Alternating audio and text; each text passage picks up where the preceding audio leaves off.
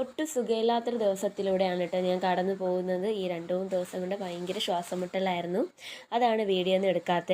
അതുകൊണ്ട് തന്നെ ആഹാരത്തിനോടൊന്നും വലിയ താല്പര്യമില്ല. എപ്പോൾ കഴിച്ചാലും ചുമയും ശ്വാസം മുട്ടലൊക്കെ ആയതുകൊണ്ട് ഇത് പാതിരാത്രി 2:30-ക്ക് കഴിച്ചതാണ് കേട്ടോ. നിങ്ങൾ നേരത്തെ കണ്ടത്. അങ്ങനെ ഹോസ്പിറ്റലിൽ പോകാൻ വേണ്ടിയിട്ട് പിറ്റേ ദിവസം 6:30-ഒക്കെ ആയപ്പോൾ വീട്ടിൽ നിന്ന് ഇറങ്ങിയതാണ്.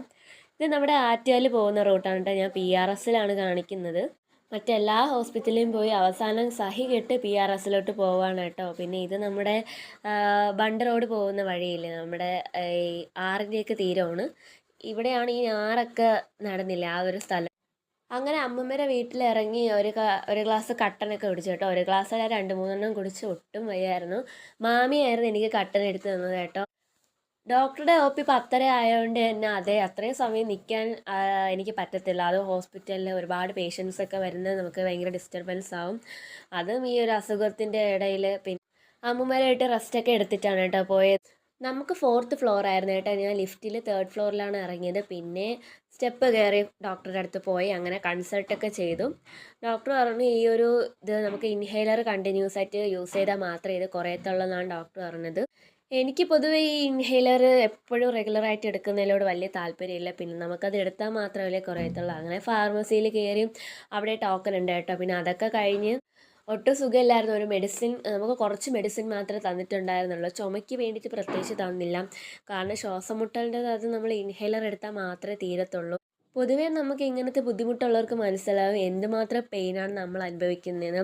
പ്രത്യേകിച്ച് ഈ ഒരുപാട് ചുമച്ചും നമ്മുടെ സ്റ്റൊമക്കിൻ്റെ മസിൽ കൺട്രാക്ഷനൊക്കെ വന്നു കഴിയുമ്പോൾ ഒത്തിരി പെയിനാണ് കേട്ടോ. പിന്നെ അങ്ങനെ അമ്മൂമ്മയുടെ വീട്ടിലോട്ട് തിരിച്ചു പോയ കേട്ടോ. കുറച്ച് സമയത്തേക്ക് ഇരിക്കാം നമുക്ക്. ഹോസ്പിറ്റലിൻ്റെ അടുത്ത് തന്നെ അമ്മമ്മയുടെ വീട് ബണ്ട് റോട്ടിലാണ് കേട്ടോ. അങ്ങനെ ഞാൻ ചുമ്മാ ഒന്ന് കിടക്കാമെന്ന് വിചാരിച്ചു. എനിക്ക് എന്താ അറിയത്തില്ല, ഒട്ടും സുഖമില്ലാത്തതുകൊണ്ട് തന്നെ ഒന്നിനും ഒരു മൂഡില്ലായിരുന്നു. കണ്ടില്ലേ കിടക്കുന്നത് ഗൈസ്.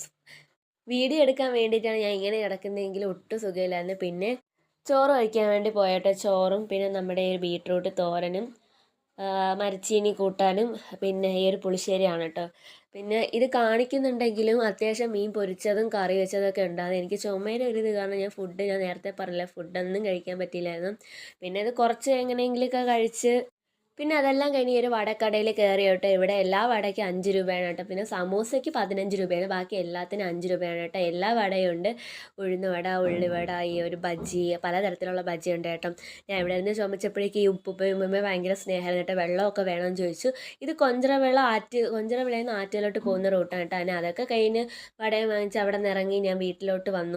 രാത്രി ഒട്ടും ഉറങ്ങാത്തതുകൊണ്ട് തന്നെ വീട്ടിൽ വന്നിട്ട് ഉറങ്ങി ഞാൻ 6:30-ക്കാണ് എഴുന്നേറ്റത്.